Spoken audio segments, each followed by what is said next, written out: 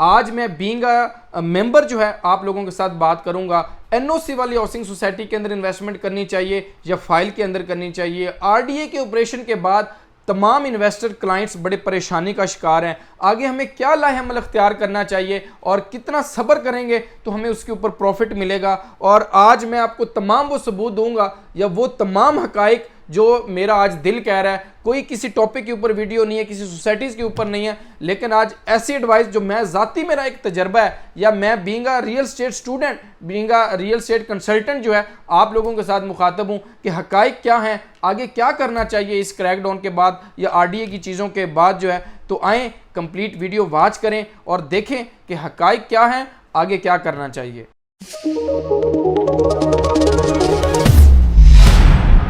बिस्मिल्लाहिर्रहमानिर्रहीम। सरदार Chavez top 10 marketing के platform से आज तमाम अहबाब की खिदमत में एक नई अपडेट के साथ हाजिर हूँ।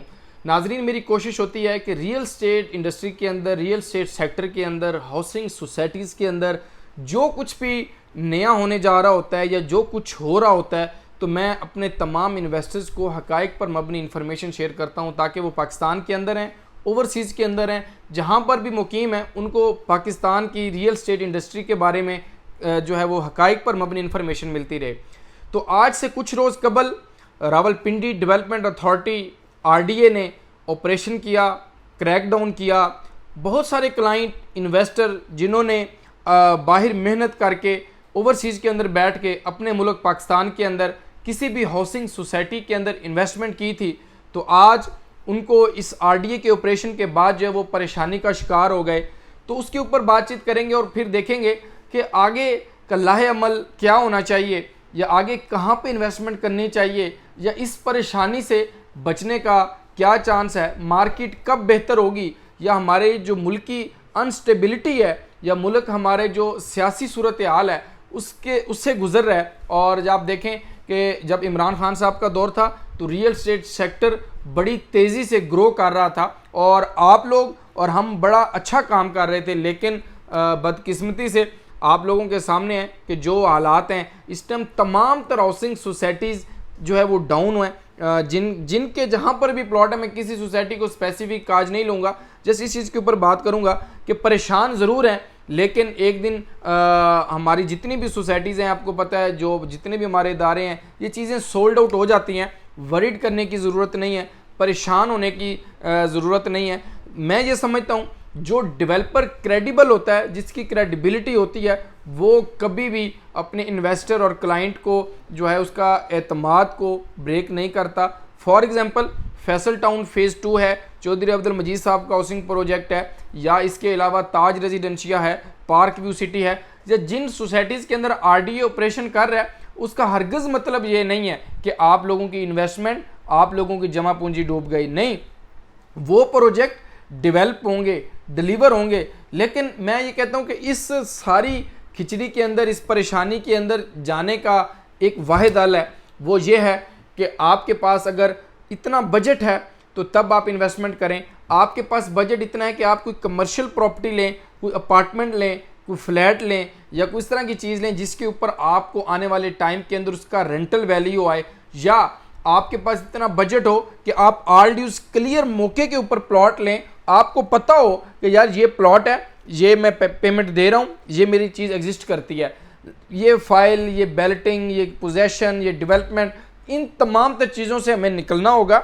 और हमें एक ऑर्गेनिक और एक ऑथेंटिक चीज़ के ऊपर आना होगा। और वो मैं समझता हूँ वो प्रोजेक्ट्स हैं जो आज डेवलप हैं, डिलीवर हैं, मौके के ऊपर प्लॉट मौजूद है। इसके अलावा हमें कमर्शियल प्रॉपर्टी के ऊपर आना होगा कि कमर्शियल कोई शॉप लें, अपार्टमेंट लें, यूनिट लें, जिसके अंदर हम जो है कल हमें आ भी सकें तो वहाँ पे हमारा रेंटल वैल्यू आ सके, रेंटल आता रहे, या एनओसी प्रूव्ड हाउसिंग सोसाइटीज़ के अंदर हम इन्वेस्टमेंट करें जो कि हमारे बजट के अंदर आती हों। बहुत सारी सोसाइटीज़ का अब अंडर प्रोसेस है। मिसाल के तौर पे एनओसी प्रूव्ड जो सोसाइटीज़ हैं, अंडरस्टूड है, उनकी प्राइस ज़्यादा होती है। मेरे पास एग्जांपल पार्क व्यू सिटी की, वहाँ पे प्लॉट नंबर के साथ ready for move, ready to possession plot जो है वो इस टाइम 1,20,00,000 रुपए का है। इसी तरह अगर मैं और किसी हाउसिंग सोसाइटी एनओसी के साथ बात करूं तो वो मेरे पास है न्यू सिटी पैराडाइज, जो कि 18,50,000 रुपए का प्लॉट है। आज अगर आप पूरी पेमेंट देते हैं तो वो आपको मिलेगा 13 लाख रुपए का। इसके अलावा ताज रेजिडेंशियल हाउसिंग सोसाइटी है, उसके अंदर भी मैं आपको यही रिकमेंड करूंगा कि आप वहां पर प्लॉट नंबर वाला रेडी टू मूव प्लॉट लें। एनओसी क्लियर है लेकिन कब्जा नहीं मिलेगा तो फिर की करेंगे, इसी चक्कर में रहेंगे जी, आज बैलेटिंग दे दें, आज पोजेशन दे दें। तो यार इस सारी परेशानी का हल यही है मेरे भाई, या मैं ये समझता हूँ कि हमें एनओसी प्रूव्ड हाउसिंग सोसाइटी के ऊपर जाना होगा, या एनओसी नहीं भी होगा, अब फैसल टाउन फेज 2 के पास एनओसी नहीं है, हमें डेवलपर ऐसा चूज करना होगा, real estate agent, real estate company, real estate advisor, consultant ऐसा चूज करना होगा जिसके ऊपर हमें पता हो कि यार ये हमारी इन्वेस्टमेंट ठीक जगह पे करवाएगा। देखें 1 रुपया हो, 1 लाख हो या 1 करोड़ हो, पैसे पैसे ही होते हैं। मैं अगर इसके ऊपर अगर बात करूं तो मेरी भी इन्हीं सोसाइटीज़ के अंदर इन्वेस्टमेंट है। आप कह रहे होंगे कि सरदार साहब आपने पहले इन्वेस्टमेंट हमें करवा दी और अब आप कह रहे हैं कि आप जो है इनके अंदर ना करें। मैं भी बीइंग अ मेंबर आप लोगों के सामने, ये देखें मेरे पास ये नोवा सिटी की अपनी ज़ाती फाइल है, जो मेंबर्स हैं नोवा सिटी के वो इसको देख सकते हैं। इसके अलावा फैसल टाउन की बात करूं तो Faisal town, kingdom, blue world city, water front district की मेरी अपनी ये ज़ाती फाइल है, आप इसको देख सकते हैं। फैसल टाउन के ऊपर मेरी जो है वो करोड़ों रुपए की इन्वेस्टमेंट, इसके अंदर तमाम तर साइजेस के प्लॉट्स हैं। ये मैं अभी एक एक लेटर दिखा रहा हूँ, इसका हरगिज़ मतलब नहीं है कि मैं आपको शो ऑफ करवा रहा हूँ या आपको ये दिखा रहा हूँ कि मेरी बड़ी इन्वेस्टमेंट है, लेकिन बीइंग अ मेंबर मैं आप लोगों के साथ बात कर रहा हूँ कि हमें इस चीज़ के ऊपर जाना होगा जो ऑर्गेनिक चीज़ होगी, जो मौके के ऊपर एग्जिस्ट करती होगी, या कोई कमर्शियल ऐसे प्रोजेक्ट में करना होगा जो जिन्होंने ऑलरेडी प्रोजेक्ट डिलीवर किया होगा और लोगों को उसके ऊपर रेंटल आ रही होगी। तो उन चीज़ें के ऊपर सूद से हमें बचना होगा। यानी बहुत सारे लोग अब सूद के ऊपर स्टार्ट हो गए हैं जी, अल्लाह माफ़ करे, अल्लाह और अल्लाह के रसूल के साथ जंग है, लेकिन आज इतने पैसे दें, कल इतनी परसेंटेज आपको मिलना स्टार्ट हो जाएगी।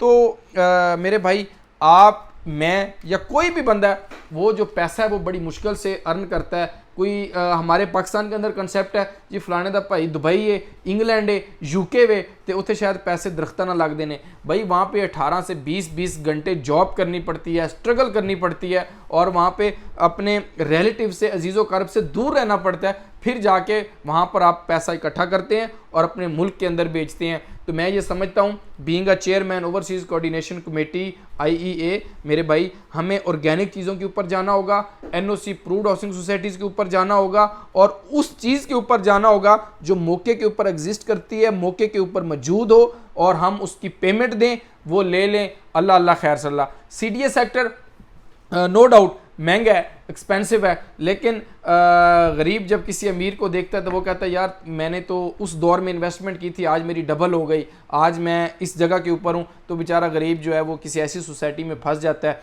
कि उसको ना डेवलपमेंट मिलती है, ना पोजेशन मिलता है, ना जो दिया होता है, और इंसाफ जो है वो बड़ा महंगा है हमारे मुल्क के अंदर।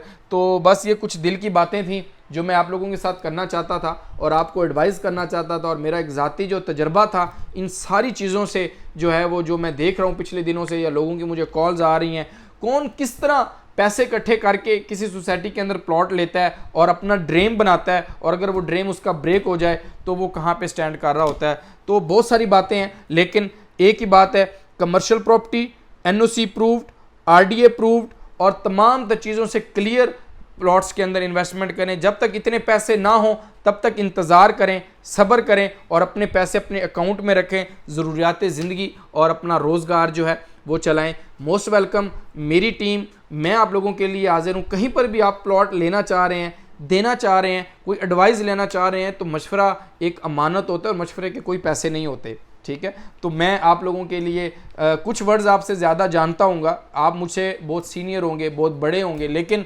मैं बीइंग अ रियलिटर इस मार्केट के अंदर बैठ के, being a real estate student जो है वो, मैं आपको इंशाल्लाह जो बेहतर एडवाइस होगी वो इंशाल्लाह ताला करूँगा, ताकि आपकी इन्वेस्टमेंट, आपका रिलेशन, मेरा रिलेशन लॉन्ग टर्म रहे, ना कि एक फ़ाइल तक रहे और बाद में हम एक दूसरे के जो है ना कॉल भी ना उठाएं।